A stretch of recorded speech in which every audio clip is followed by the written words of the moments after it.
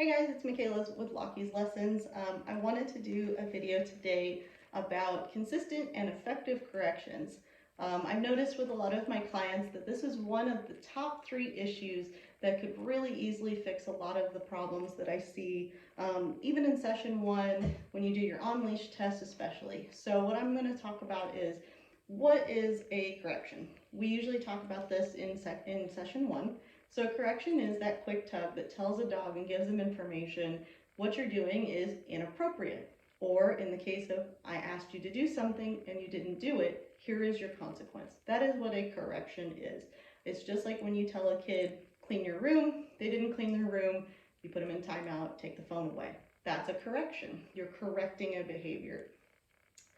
How we use that is in the neck area, because this is where dogs get communication. If you'll notice when they're playing, dogs biting, growling, and a lot of biting around here in the neck. Are they like biting? No. Unless it's an inappropriate fight, that's usually a play bite, a lot of mouthing going on. So you'll usually see dogs doing a lot in the neck area. That's why we use collars. That's why we use prong collars. It simulates that biting that mom would do to correct the puppies and be like, knock it off, listen to what I have to say, pay attention to me, get your attention back on me if you're distracted. So we have a correction for those purposes. So if you didn't listen when I asked you to do something, stop doing something inappropriate like jumping, lunging, incessantly barking. We have that tool. Typically a prong collar is what I'm going to work with. Prong collar, you give that quick tug. That is the action that every single training collar works on, whether it is a training collar, a slip lead, a martingale, a pinch collar, aka prong collar. They all work the same way. Quick tug. You should not be doing this. You should not be pulling and yanking like this with a constant pressure. It is a quick tug that is, think about you're just poking your kid like, hey, pay attention. That's all it is, guys. It doesn't leave any puncture marks, doesn't do anything else. Literally goes, get your attention back here. What are you doing? So what makes it an effective correction? An effective correction means when you give that quick tug on your training collar, did it work? If you ask them to sit and they didn't sit and you said nope, and you give that correction, if that butt hits that ground, your correction was effective. If your dog is reactive and bark, bark, bark, bark, bark, and you say leave it with that tug, and they go, yes ma'am, your correction was effective.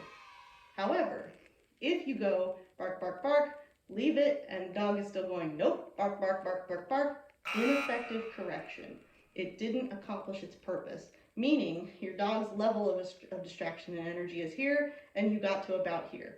So you have to put a little more oomph behind it to be like, hey, I said this. So you can give that second correction, go, hey, and then that attention's going to come back on you if that one's effective. So the amount of pressure or tug that you put behind it is what changes the effectiveness. And you'll instantly see a result if you have an effective correction.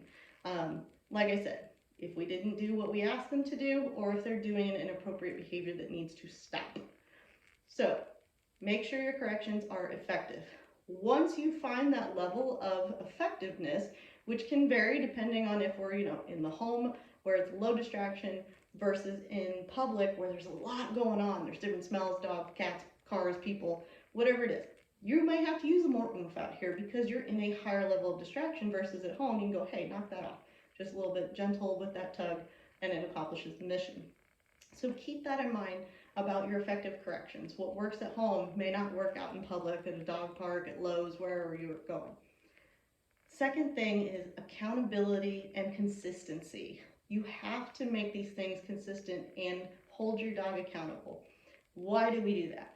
It's the same thing when you tell your kid, I'm going to count to 3. If you count to 3, what does your kid do?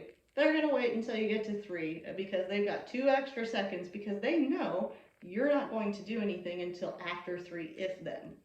So when we do commands or we ask our dog to do something, we say it one time, guys. Bad habit to break, I know. You're going to ask your dog once. So you're going to say, brush, sit. I give them about 3 seconds mentally. If they don't do that, they're getting a correction of going, nope, brush, sit. And if she already is sitting, I'm going to tell her, good girl, that's a good sit, that's what I wanted.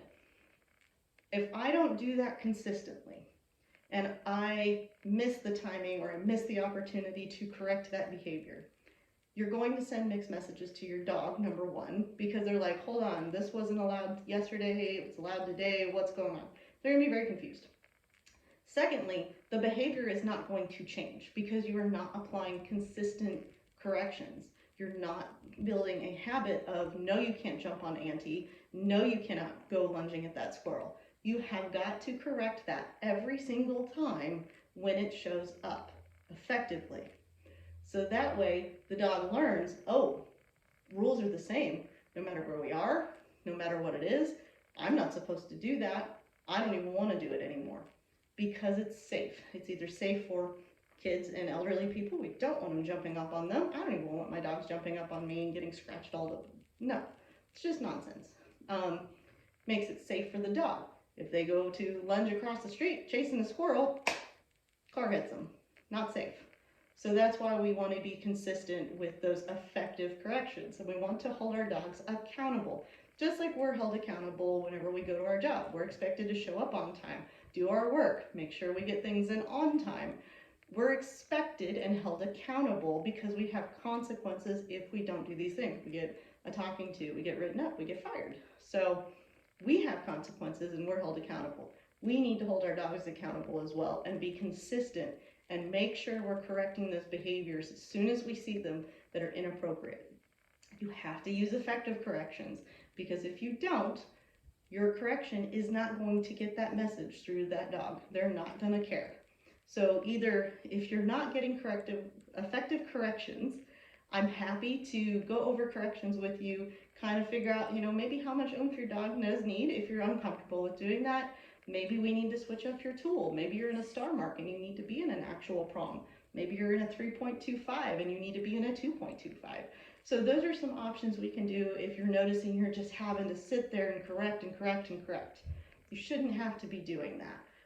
There is a learning phase, of course, for everything. You're going to start out, in your house where it's low distraction, and you're going to move up through those levels of adding more and more distractions, which are kind of, it's like a stair step. You're not going to be starting at zero, but you're not going to be here. So these are the things that you need to take into account. But number one thing that will change a lot of the behaviors of, oh my gosh, I've asked them to sit and I've spent a week and they're just not getting it, they're not doing it. Every time I'll watch and I'll look and see what's going on, because that's my job as a trainer, is to figure out why is this not working or what can work better or differently. You're not giving effective corrections. You're not being consistent. I'll sit there and I'll say, how many times have you corrected when you're at home? Or even when I'll help them, kind of give me a demonstration of like, okay, let me see you work. Let's see what's going on. And I'll notice there's no correction. And they've asked the dog to sit 3 times. And I'm going, hold on, time out, stop. You asked them to sit once. Dog didn't do it. You said, sit. Dog didn't do it. 3rd time, you asked them to sit and they were kind of like, okay. And they sat. That's not effective. We should be sitting on the 1st time. And that's how we build that up to 9 times out of 10, you need to do what I ask you the 1st time for your safety, as well as we need to have this relationship where you're listening to me. Your corrections are going to give that to you. They're going to teach a dog, this is what you need to do. You need to listen to me, get your attention on me, as well as in the case of, like spot or place, you can't come off of that spot and place until I tell you. If you do, there's a consequence and you're going to go right back to it. So I just wanted to touch on that because it's something that I noticed, and it's going to be a great big help to my clients and to anyone really that does balance training with corrections. Make sure your corrections are effective and consistent, and we're holding our dogs accountable so that way we're fair to them and we're making those commands and that obedience so strong where they're going to do it the 1st time. If you do that, you're going to have a wonderful relationship with your dog. You're going to have less stress.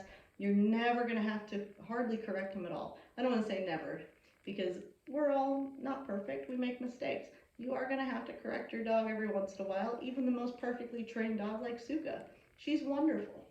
There are days where she gets a correction because she just got a little stubborn that day and decided, I don't want to listen to mom.